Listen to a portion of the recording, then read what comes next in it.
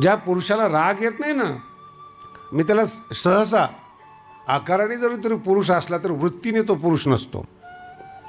काही ताकद मर्दानगी जी असते ना, ती अपमानाचा बदला घेण्याची, त्याला पुरुष म्हणतात.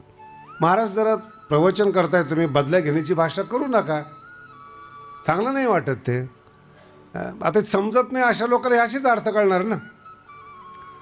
संसारामध्ये जो आपला रोज अपमान होतो, वक्तृत्व एक मुलासारखं असतं की त्याला जन्म देत असताना त्याचे अवयव कसे असावेत, त्याचं रूप कसं असावं, तो कसा असावा याचं डिझाईन जो खानदानी वक्ता असतो त्याच्या मनात असतं ते.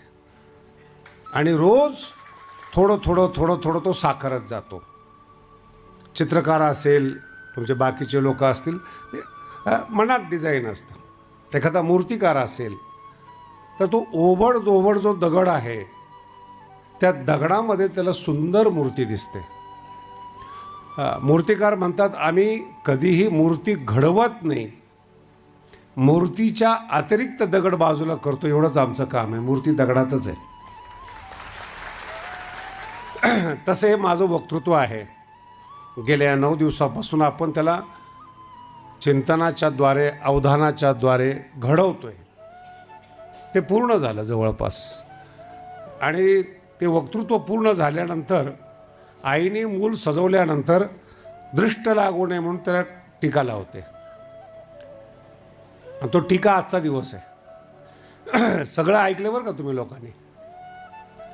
आणि आवाज टिकला त्याच्याबद्दल आवाजाला पण मी माझ्या आवाजाला धन्यवाद देतो बरं का. काय आहे आज? भगवान श्री ज्ञानोबरायांचा हरिपाठ नावाचं स्वतंत्र प्रकरण आहे, हरिपाठ. आणि या हरिपाठामध्ये महाराष्ट्राचा जो गैरसमज आहे तो केवळ रोज म्हणण्यासाठी आहेत, पूर्ण करण्यासाठी आहे, नित्यनेमासाठी आहेत. हा गैरसमज जावा म्हणून 9 दिवसामध्ये आपण 4 ते 5 शब्दावर फक्त विचार केला.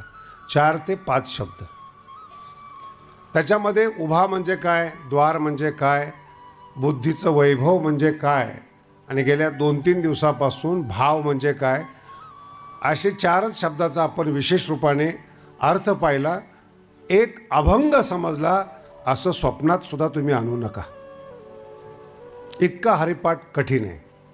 पाठ आहे म्हणजे तो कळाला असा अर्थ नाही होत.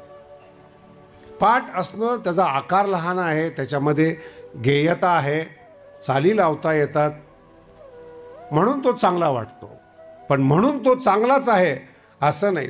अर्थाच्या दृष्टीने गहन आहे, भावाच्या दृष्टीने खोल आहे.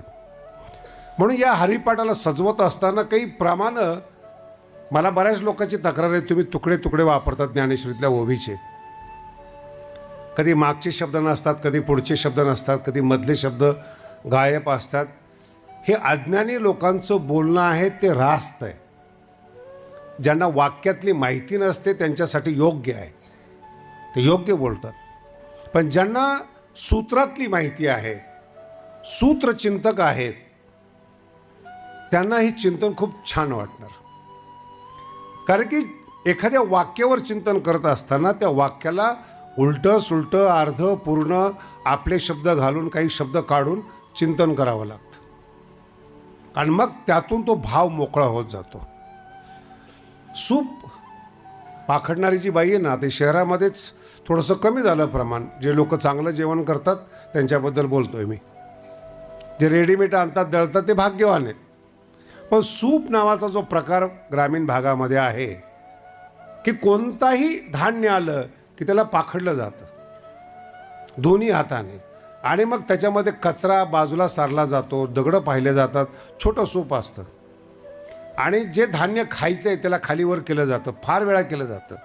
आणि मग जेव्हा समाधान वाटतं तेव्हा ते जातं. आता जातही नाही. आणि सूप पाखडणारी बाईने, सूप शब्दाचा अर्थ आहे विवेक. कोणताही सिद्धांत